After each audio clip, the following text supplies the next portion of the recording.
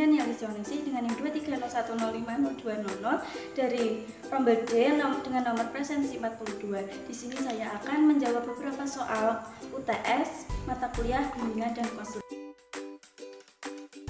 Untuk soal yang pertama yaitu ada latar belakang perlunya bimbingan dan konseling di sekolah. Bimbingan dan konseling di sekolah diperlukan untuk membantu siswa menghadapi tantangan perkembangan akademik, sosial, emosional, dan pribadi. Siswa seringkali mengalami berbagai masalah seperti kesulitan belajar, konflik sosial, atau tekanan psikologis yang mempengaruhi prestasi siswa.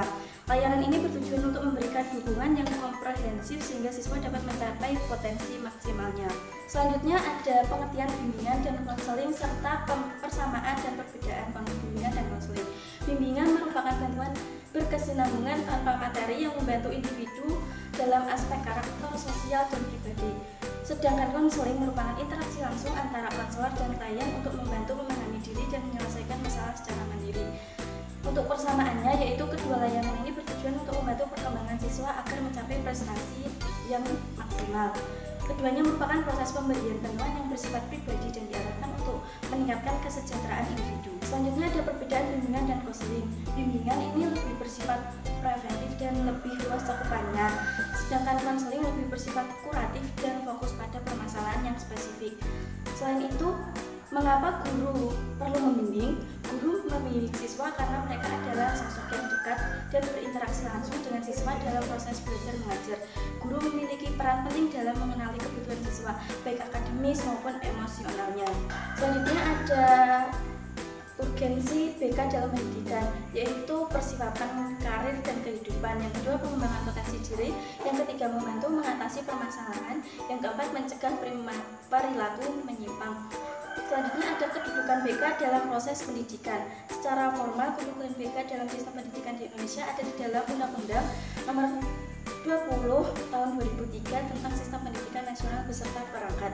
Peraturan pemerintahnya, kriteria yang menjadi syarat pendidikan dikatakan bermutu adalah pendidikan yang mampu mengintegrasikan 3 bidang kegiatan utama secara efektif, yaitu bidang administrasi dan kepemimpinan, yang kedua bidang pengajaran dan kurikuler, yang ketiga bidang pembinaan siswa. Selanjutnya ada 3 wilayah atau bidang dalam penyelenggaraan pendidikan formal. Yang pertama adalah wilayah manajemen dan kepemimpinan, yang kedua wilayah pembelajaran yang mendidik, yang ketiga wilayah bimbingan konseling yang memandirikan. Selanjutnya yaitu keunikan tugas guru dan konselor serta keterkaitan antara keduanya.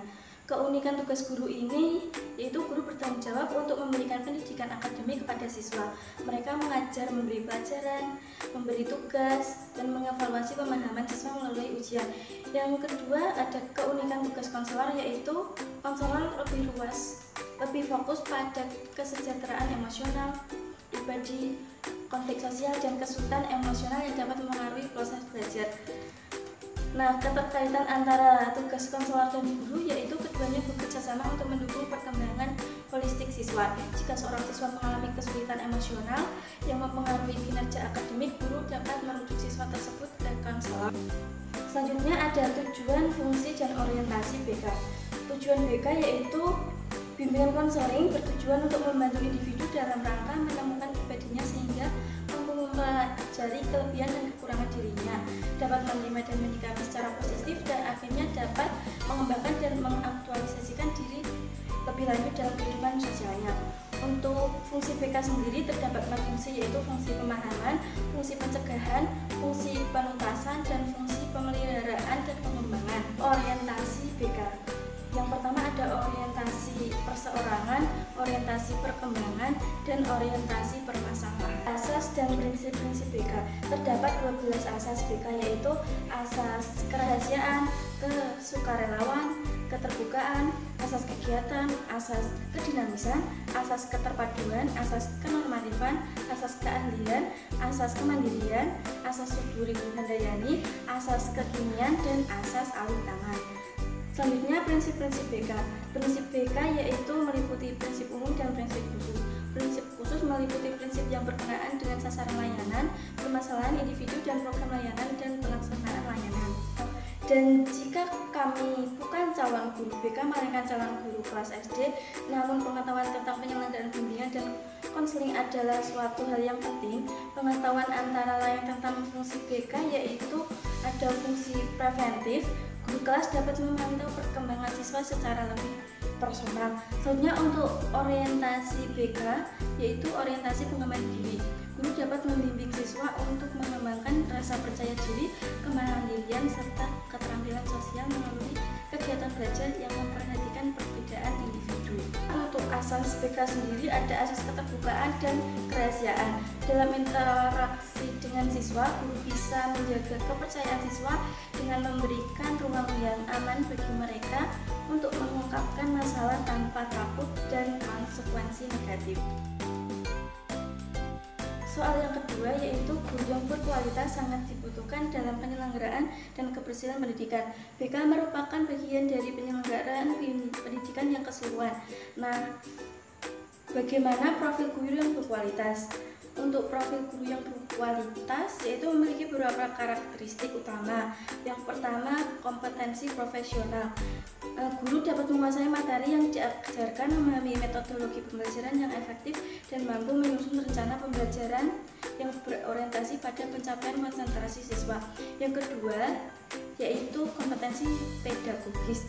Guru mampu merancang, melaksanakan, dan mengevaluasi pembelajaran dengan mempertimbangkan kebutuhan dan potensi siswa. Yang ketiga, yaitu kompetensi sosial.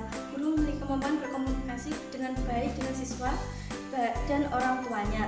Yang keempat, ada kompetensi kepribadian. Guru yang berkualitas memiliki kepribadian yang positif seperti sabar, jujur, adil, dan disiplin. Selanjutnya, tindakan agar bimbingan konseling bisa dilaksanakan di SD. Sebagai calon guru SD, kita bisa melakukan beberapa hal untuk mendukung pelaksanaan bimbingan dan konseling. Pertama, bisa kolaborasi dengan konselor sekolah. Yang kedua, dengan melakukan pendekatan personal. Yang ketiga, dengan melakukan identifikasi masalah sejak dini. Yang keempat, yaitu dengan menerapkan fungsi BK di kelas. Selanjutnya, ada pentingnya memahami karakter peserta didik. Yang pertama, dapat meningkatkan kualitas pembelajaran, yaitu dengan memahami karakter, guru dapat menyesuaikan metode pembelajaran yang paling efektif. Yang kedua, yaitu menghindari masalah disiplin. Dengan memahami keunikan setiap siswa dan dapat mencegah munculnya masalah perilaku di kelas, karena guru bisa mengetahui cara terbaik dan menangani setiap siswa yang secara individu. Yang ketiga, yaitu dengan hubungan guru dan siswa. Dengan pemahaman terhadap karakter siswa, membantu membangun hubungan yang lebih baik antara guru dan siswa, menciptakan lingkungan belajar yang lebih positif. Karakter yang perlu dipahami dan cara memahaminya, yaitu kebutuhan emosional siswa. Dengan memahami bagaimana siswa merespon emosi, stres, atau kritik. Cara menanganinya yaitu dengan memperhatikan reaksi siswa dalam situasi tertentu. Yang kedua, kebutuhan belajar. Setiap siswa memiliki gaya belajar yang berbeda. Ada yang visual, auditory, dan lain-lain. Hal ini bisa dapat dipahami melalui observasi selama proses belajar. Yang ketiga, yaitu motivasi. Beberapa siswa lebih termotivasi dengan pengembangan eksternal, sementara yang lain lebih dipengaruhi oleh motivasi internal. Yang keempat, yaitu perkembangan sosial. Setiap siswa memiliki kemampuan sosial yang berbeda. Guru bisa memahami perkembangan sosial melalui interaksi mereka dengan teman sebayanya. Soal yang ketiga yaitu 9 layanan bimbingan konseling termasuk dalam pola umum yang terdiri dari layanan berikut ini. Yang pertama, layanan orientasi. Layanan ini bertujuan untuk membantu peserta didik mengenal lingkungan baru. Contohnya, yaitu guru melakukan pengenalan lingkungan sekolah kepada siswa kelas 1 yang baru untuk masuk, mengenalkan fasilitas di sekolah. Yang kedua, yaitu layanan informasi. Layanan ini memberikan berbagai informasi yang bermanfaat bagi peserta didik. Contohnya yaitu guru menyampaikan informasi tentang pentingnya disiplin dalam belajar. Yang ketiga, yaitu layanan penempatan dan penyaluran, bertujuan untuk membantu siswa dalam mendapatkan tempat yang sesuai dengan potensinya. Contohnya, guru membantu siswa untuk bergabung dengan kegiatan ekstrakurikuler yang sesuai dengan minat mereka. Yang Yang keempat yaitu layanan penguasaan konten, dapat membantu peserta didik menguasai keterampilan atau pengetahuan tertentu yang mendukung perkembangannya. Contohnya, guru mengadakan sesi khusus untuk memberikan bimbingan tentang cara membuat rencana belajar yang efektif di rumah. Yang kelima, layanan konseling perseorangan. Layanan ini membantu siswa secara individu dalam menghadapi masalah pribadinya. Contohnya, guru mendampingi siswa yang menghadapi masalah emosional dengan temannya dan memberikan ruang untuk berbicara dan menciptakan solusi bersama. Yang keenam yaitu layanan bimbingan kelompok. Layanan ini bertujuan untuk membantu siswa melalui kegiatan kelompok dalam mengatasi masalah atau mengembangkan keterampilan sosial. Contohnya, guru mengadakan sesi diskusi kelompok kecil tentang cara bekerja sama yang baik saat bekerja dalam kelompok besar.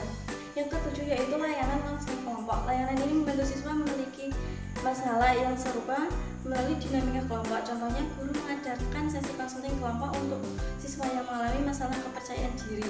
Yang kedelapan yaitu layanan mediasi. Layanan ini bertujuan untuk menengahi konflik yang terjadi antar siswa atau antara siswa dengan guru agar tercapai solusi yang menguntungkan. Contohnya, guru menghadapi konflik antar dua siswa yang bertengkar di kelas. Selanjutnya, yang terakhir ada layanan konsultasi. Layanan ini diberikan kepada orang tua, guru, atau pihak lain yang memerlukan saran mengenai masalah perkembangan siswa. Contohnya, guru memberikan konsultasi kepada orang tua siswa tentang masalah perilaku anak di sekolah. Nah, itulah beberapa jawaban soal UTS mata kuliah bimbingan dan konseling. Sekian dari saya, terima kasih. Mohon maaf apabila ada kesalahan. Wassalamualaikum warahmatullahi wabarakatuh.